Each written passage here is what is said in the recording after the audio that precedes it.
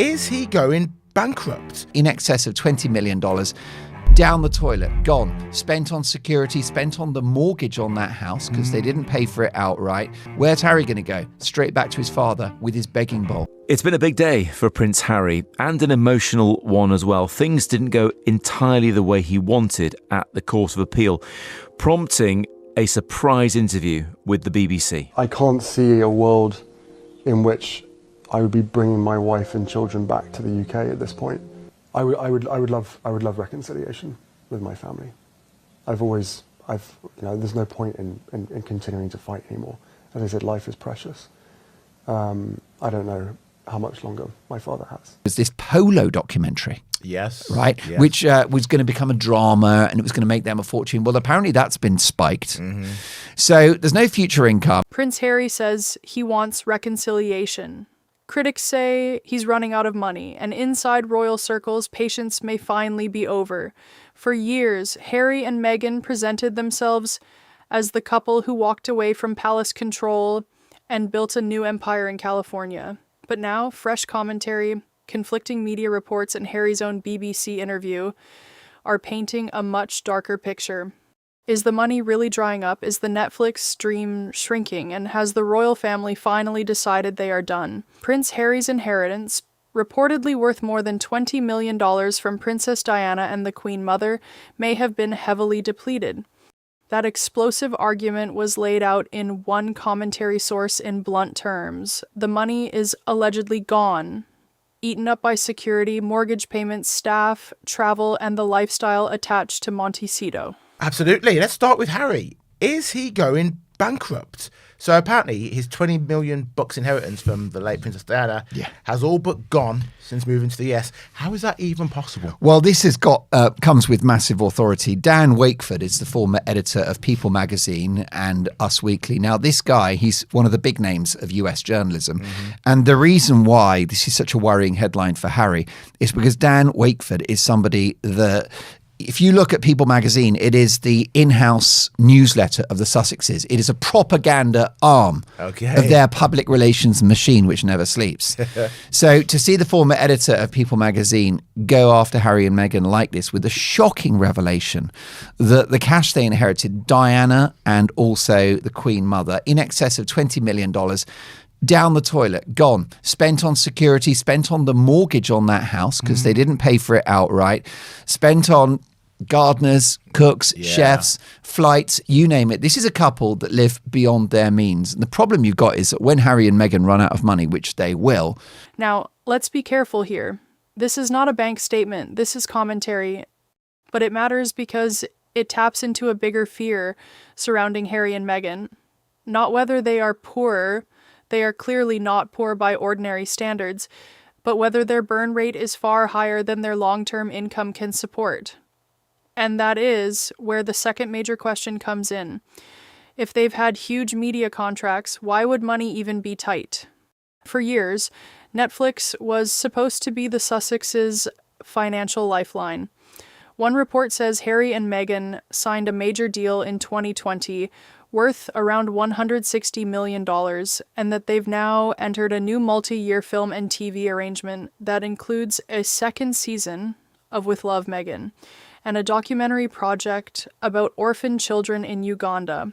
Prince Harry and Meghan Markle have signed a new multi-year film and TV deal with Netflix. Their new output will include a second season of With Love, Meghan, and a documentary about orphaned children in Uganda. The pair began their partnership with Netflix in 2020 when they signed a $160 million deal. The Duke and Duchess of Sussex's recent productions have not garnered higher viewership though, leading some to believe the streaming giant would not extend their deal. But then another source paints a very different picture. According to that account, the original blockbuster-style Netflix era is effectively over. Instead of a huge exclusive partnership, the Sussexes may be shifting into a far less powerful arrangement, a so-called first look deal, where Netflix gets first refusal on future projects, but is no longer fully betting on them as marquee stars. I think we can quite confidently say at this point, the deal's over. So that initial 5-year contract, the $100 million legendary partnership, is all but done. That is expiring within the next few months, and it's understood that Netflix will not be renewing that. They will be transitioning the Sussexes onto a new type of partnership called a first look deal. A first look deal is essentially, it's very popular in the entertainment industry. It basically says, all right, if you've got a project in the works or a TV show or something that you want to make into a movie, we get first sort of run at it. And that means that Netflix can pass on it. If they're interested in it, they could say, all right, you have to sort of take it to us first. I think that this is a sign that they don't really see too much value in the Sussexes.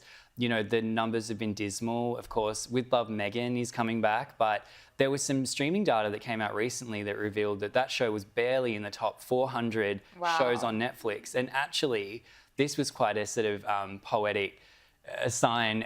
Megan's sort of former show, Suits, reruns of Suits, are actually more popular on Netflix than her own show. That does not surprise me. And that difference is critical, because a first look deal is not the same as being the center of Netflix's strategy.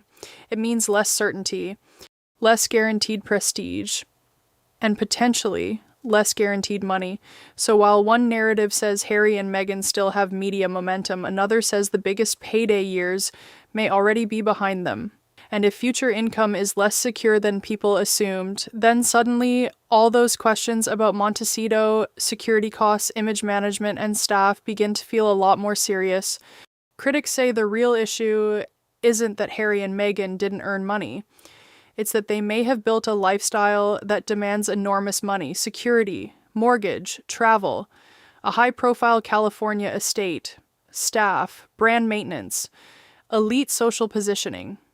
The argument from commentators is straightforward. Harry and Meghan may have tried to live like top-tier Hollywood power players while producing inconsistent results. That Netflix deal, the great hope was this Polo documentary. Yes. Right? Yes. Which was going to become a drama and it was going to make them a fortune. Well, apparently that's been spiked.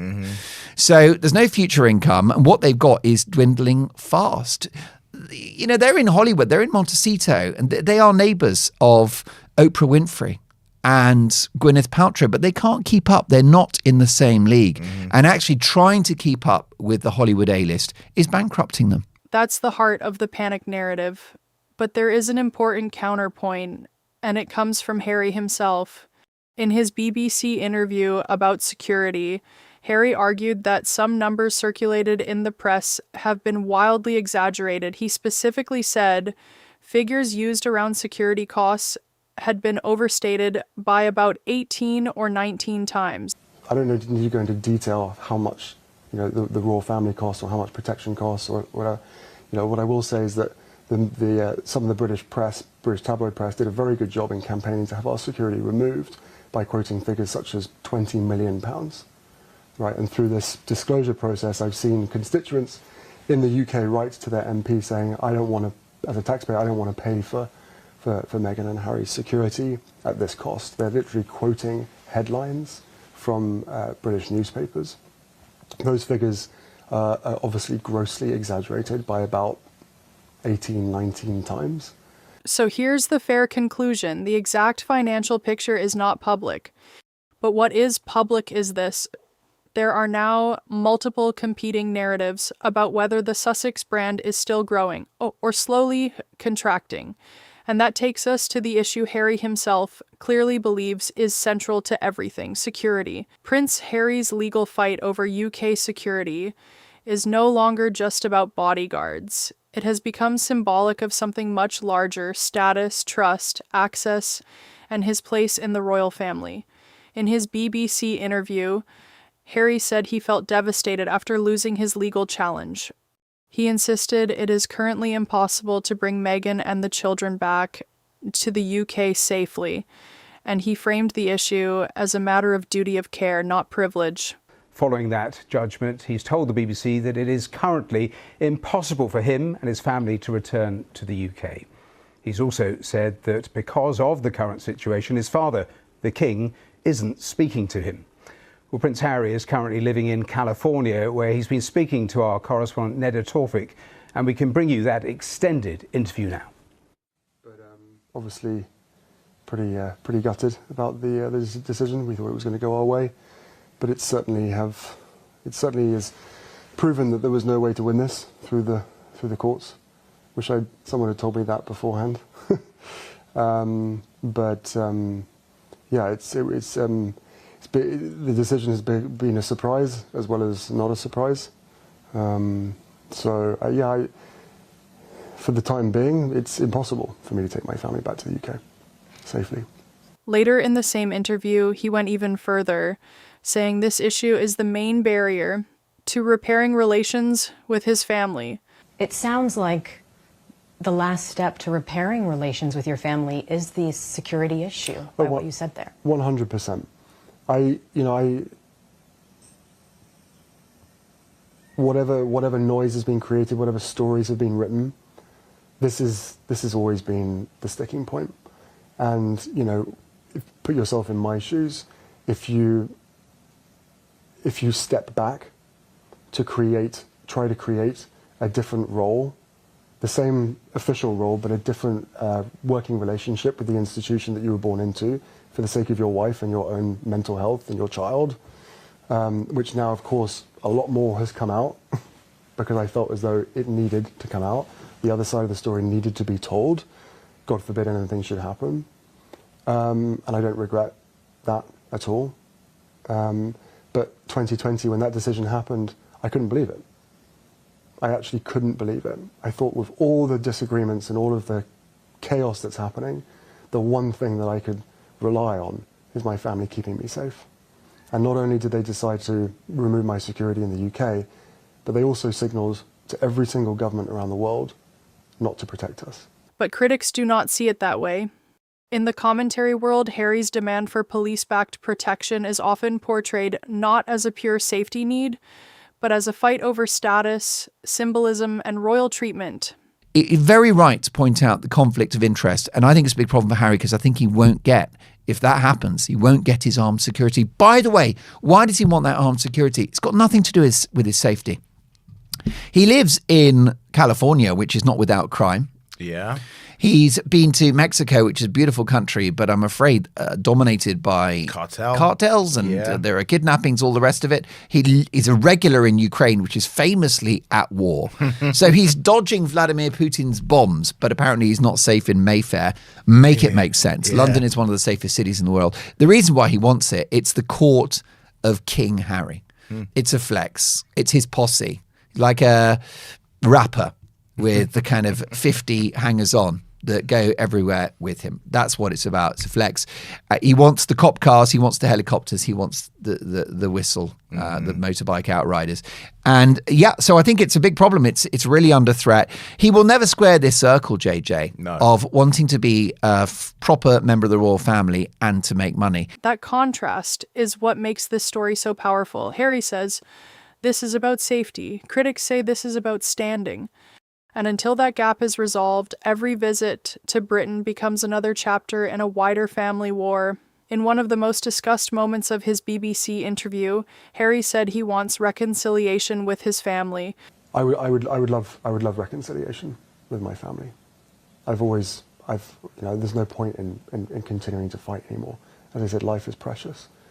I don't know how much longer my father has. But wanting reconciliation and achieving it are two very different things, because Harry also said his father is not speaking to him over the security issue.